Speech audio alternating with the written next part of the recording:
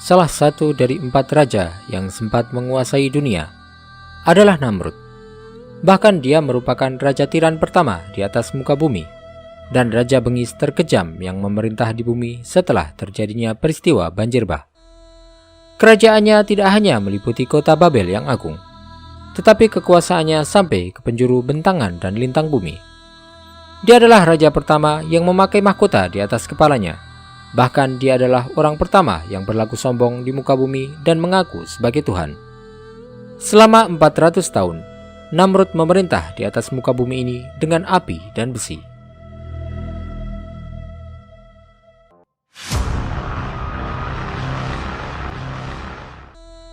Tanggal kelahiran Namrud tidak diketahui dalam sejarah, tetapi beberapa dokumen manuskrip Irak kuno mengisyaratkan bahwa dia dilahirkan pada tahun 2053 sebelum Masehi di kota Babel yang bersumber dari peradaban Ur yang agung di Mesopotamia. Dia adalah penguasa Shinar dan Babel dan raja yang menguasai bumi dari timur ke barat.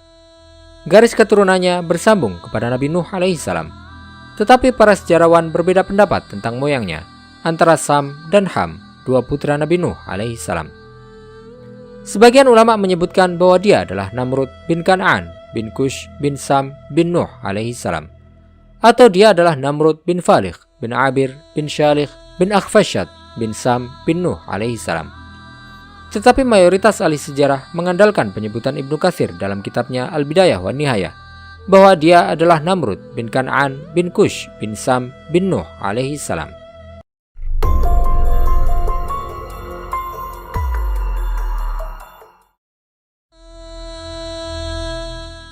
Namrud bukanlah sekedar nama biasa, melainkan nama seorang raja yang ditakuti oleh mayoritas orang ketika namanya disebut pada era pertama bumi setelah peristiwa banjir bah. Dia mendirikan peradaban Mesopotamia yang dikenal sejak lama sebagai bumi Namrud. Namrud mendirikan 8 kota, 4 di Babel dan 4 di Assyria. Kota-kota tersebut adalah komunitas kecil dan suku-suku, tetapi Namrud mengubahnya menjadi kerajaan dan kekaisaran yang dibagi menjadi 2 kelompok. Di kelompok selatan ada Babel, Ak, Akkad, dan Kandel. Dan di kelompok utara ada Ninawa yang merupakan ibu kota terkenal kerajaan Assyria, dan Rahbat serta Kaleh dan Rasen. Namrud membentuk pasukan besar yang bumi bergoncang di bawah langkah kaki mereka. Dia juga membangun sebuah menara besar di Babel yang sejarah tidak pernah mengenal bangunan seperti itu sepanjang masa. Namrud sebelumnya dikenal sebagai pemburu binatang buas, tetapi kemudian dia menjadi pemburu bangsa-bangsa. Melalui penaklukan dan dominasi, ia menjadi penguasa dunia. Nafsunya atas kekuasaan membuatnya lebih mirip dengan binatang buas daripada dengan manusia. Kesombongannya yang melampaui batas telah menjadikannya sampai menentang Allah dan mengaku sebagai Tuhan agar disembah oleh para manusia. Kezalimannya semakin menjadi-jadi, dan kedurhakaannya kepada Allah semakin melampaui batas, hingga azab Allah pun semakin dekat kepadanya.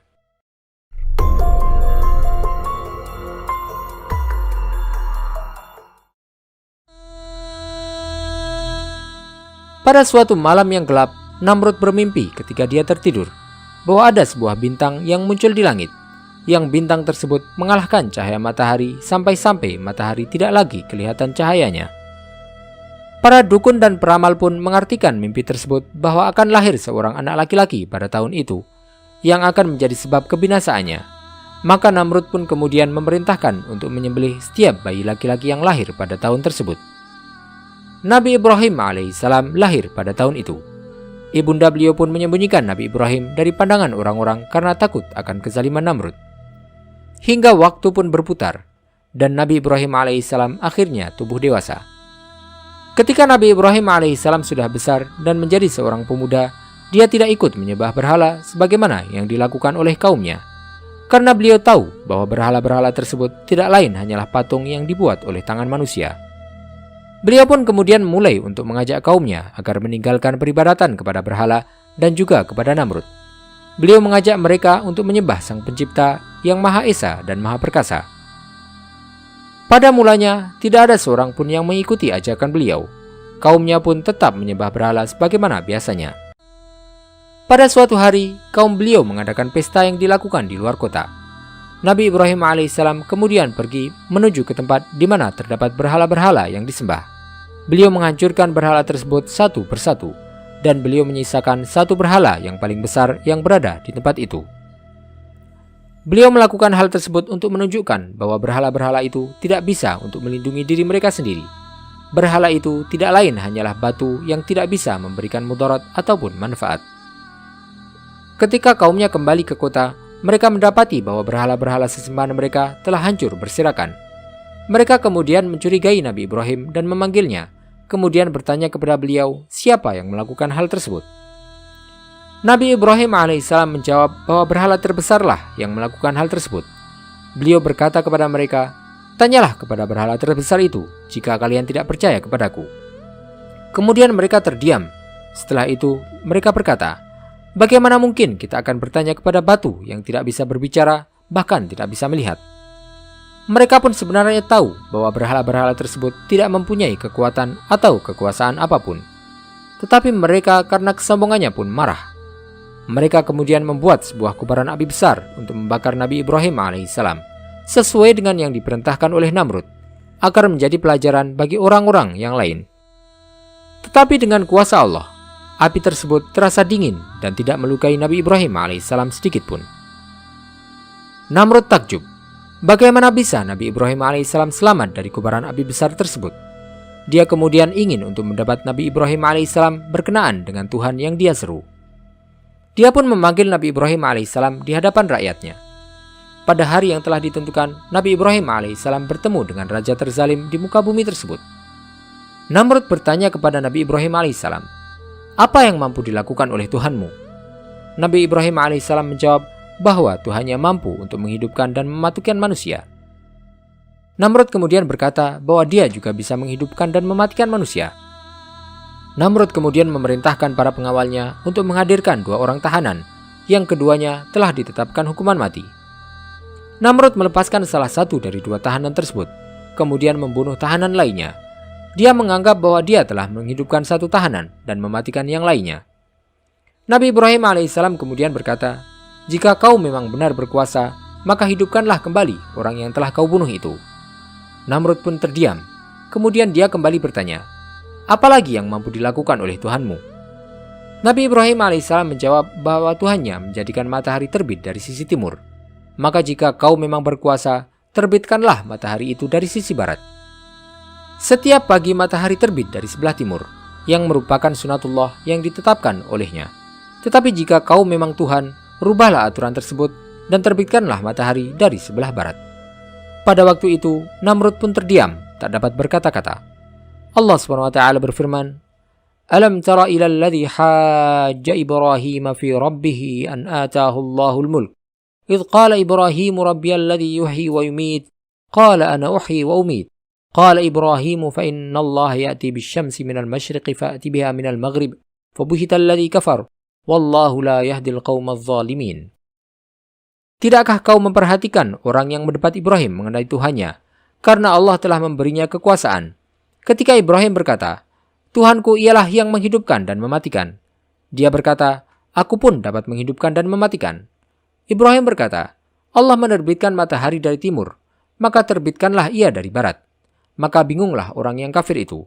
Allah tidak memberi petunjuk kepada orang-orang zalim.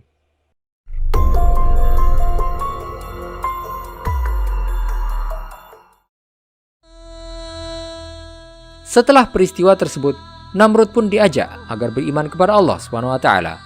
Dia didakwahi hingga 3 kali. Pada setiap kali dia diajak untuk beriman, dia pun menolak dan menentang ajakan tersebut. Pada suatu hari, Namrud beserta pasukannya keluar ketika matahari tengah terbit, dengan tujuan untuk menantang Allah yang Maha Kuasa. Allah SWT kemudian mengirimkan pasukan nyamuk yang menyerang pasukan Namrud dan menghabisi mereka. Sedangkan Namrud sendiri, hidungnya dimasuki oleh seekor nyamuk yang kemudian masuk ke dalam kepalanya. Dengan kuasa Allah, nyamuk itu pun tidak mati. Tetapi nyamuk itu tetap berada di kepala Namrud, sehingga Namrud pun merasa tersiksa dengannya. Namrud sampai-sampai memukuli kepalanya dengan besi dan sandal, agar nyamuk tersebut diam. Allah SWT mengazab Namrud dengan nyamuk tersebut, sampai akhirnya Namrud pun binasa.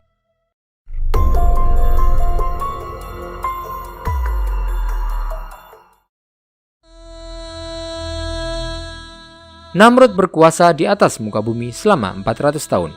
Dia berlaku sombong semasa pemerintahnya tersebut. Dia menzalimi rakyatnya serta menumpahkan darah orang-orang yang tidak bersalah. Allah SWT pun mengirimkan azab kepadanya di akhir hayatnya. Namrud pun menjadi pelajaran bagi setiap orang zalim di masanya hingga saat ini.